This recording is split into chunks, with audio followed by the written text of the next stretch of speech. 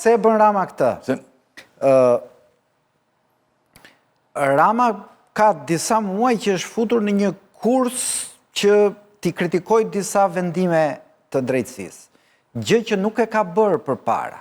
Pra, përpara thoshte, ne jemi forca që i mbështesim, ne s'bëhemi kur pënges për këta.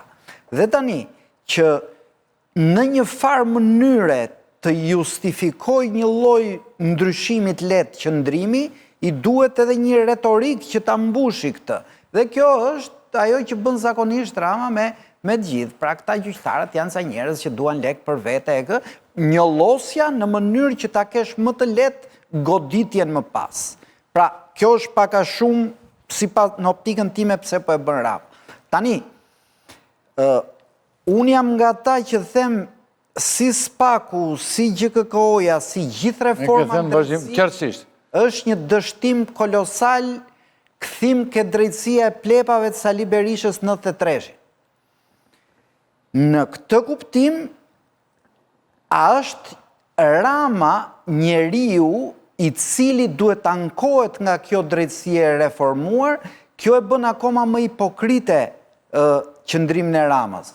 Se nga kjo drejtësi e keqe për 2 milionet sa shqiptar, i vetmi njeri që ka përfituar dhe ka forcuar regjimin e tij edhe përmes drejtësisë, siç e ka forcuar përmes mediave, përmes bandave, është Edi Rama. Pra, përfituesi këtij shtrëmbrimi, kësaj padrejtësie është Rama.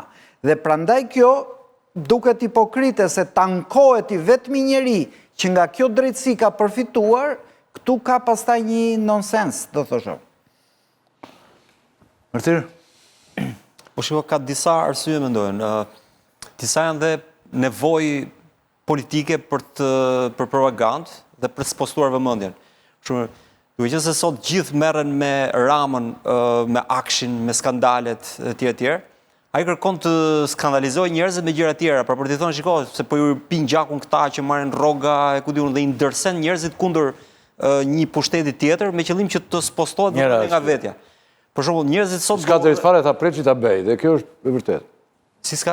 Jo, s'ka drejt ta bëj këtë gjë, që po e bën për këtë qëllim këtu aty para. Jo, e bën me qëllim politik që njerëzit mos urrejnë vetëm Ramën, të urrejnë edhe ca të tjera dhe duke shpërndarur urrëtitjen këtu përfiton ai, domethënë një prej gjëra. Njëra arsye. E dyta është sepse në profilin e tij si politikan ai është lider misionar që do të shfaqë se u po shpëton popullin, janë këta gjak pirësit që po ju marrin nga buxheti i shtetit miliona euro dhe unë po luftoj me këta për t'i kthyer parat popullit, domethënë. Ndërkohë që në fakt ky i ka rritur pagat miliona euro akshit që jo që s'ka bërë punën, por na ka vjedhur më shumë se çdo institucion tjetër. Dhe ndërkohë që janë halli se po marrin rrogat mëdha këta, të cilët vetëm nuk kanë bërë punën, që janë gjykatësit. Por nga ana tjetër është dhe një gjë tjetër mendojnë që Bushati tha deri diku që pra në një farë mënyre është ajo gjuha që vetë ke dhëmbi që dhëmb. Pra domethënë, problemin ai e ka me drejtsinë dhe ai kërkon të parapragatis mendjet e qytetarëve, e njerëzve, me idenë që kjo drejtësi nuk është ajo që duhet. Kjo drejtësi është problem, kjo drejtësi është, do thot nesër, kanceri i vendit, se me këto terma flet përgjithsisht. Pra që do thot përpiqet që ta dobësoj drejtsinë që kur ti duhet ta sulmojë dhe ta godas akoma dhe më shumë. Por ka dhe një arsye tjetër mendojnë që është dhe nevoja për ta kontrolluar, duke i bërë presion me pagat. Ai i thot dhe gjykatësve që në fund fare mund të heqë dhe rrogën ty, pra të sulmojnë nëpërmjet pagave. Që ka një gjë, arsyeja pse nuk e ka Rama në dorë sot me ligj të drejtën për t'i vënë pagë gjykatësit, është pikërisht sepse paga është një instrument kontrolli për pushtetin gjyqësor. Dhe duke qenë se pushteti gjyqësor është pushteti pavarur, ligji, kushtetuta ja ka hequr nga dora e qeverisë të drejtën për të vendosur pagat, pavarësisht se qeveria, ekzekutivi ka në dorë buxhetin dhe shpërndan ka arkën e shtetit. Po do e ndryshon ligjit. Sigurisht po do e ndryshon, por në thelb pagat nuk i ka ndorë ky. Kështu që ai e përdor pagën pra për ta kontrolluar pushtetin tjetër. Se ndryra për shembull dhe te preshi dyer. Ju ti mund të thuash gjëra shumë të drejta të vërteta. Jo, për këtë arsye, për arsye. Ja, po ngrenë një plan. Unë po e bisedoja me Bushatin si ta shinim këtë dhe një kolegu ju në tjetër, në vizon të një gjë që ne ishim, edhe unë isha dakord me këtë ide, duke lexuar dhe Bushati dhe gjithë. thelbi i problemit, thot një kolegu ynë, që unë jam plotësisht, është që reforma në drejtësi ka dështuar.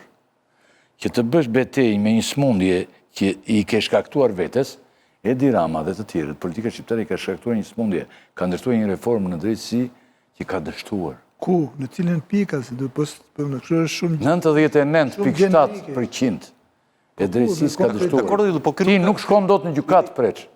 Ti nuk shkon dot të marrësh një dokument. Në qoftë se ti ushqehesh me idenë çfarë po ndodh me vetëm me Sali Berishën, në ato 0.3% të spaku. Ky halli i Ramës, se njerëzit Por është halli ynë, ndaj u kanë thirrur. Po, dakor, por Rama nuk halli ynë, po them. Por Rama nuk e bën për këtë. Në qoftë se doni ta diskutojmë, hajde ta diskutojmë. Dhe ky është një shqetësim shumë i madh të shqiptarëve. Ka dështuar reforma në drejtësi, zotëri. Ktu nuk ka reformë.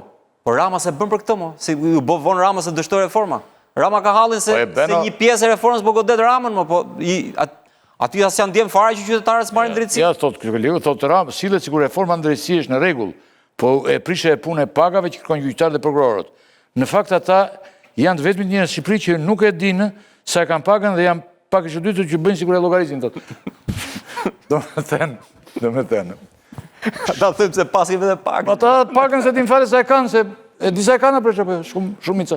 Tani problemi është shumë, unë po ju them, shiko, unë i pres të lutem, edhe ndërhyra dhe kolegut. Po them një gjë shumë thjesht, a mund diskutojmë në një plan që reforma në drejtësi? Ti e njeh si sukses o zotëri, po pyes edhe kolegët e tjerë. Jo, se ka për shembull, unë pajtohem më përgjithësi me konkluzionet dhe me çfarë thot Bushati me përjashtim të kësaj që Spaku s'bën thot ky se po se mori Edi Ramën nuk dhe Edi Rama nuk e merr ai. Jo, unë them se e kontrollon Edi Rama. E kontrollon, po, e kontrollon Edi Rama. Jo, ai thot po zgoditi Spaku Rama, po. I bie që e kontrollon Rama Spakun. Por, tjetri thot, për dikush tjetër thot që ka gabim me Erion Velienj, Spaku. Ose dikush ishte në hall tjetër thot e ka me filanin, me një emër tjetër. Unë po themi një gjë tjetër. Edhe Spakun hajde ta futim këtu.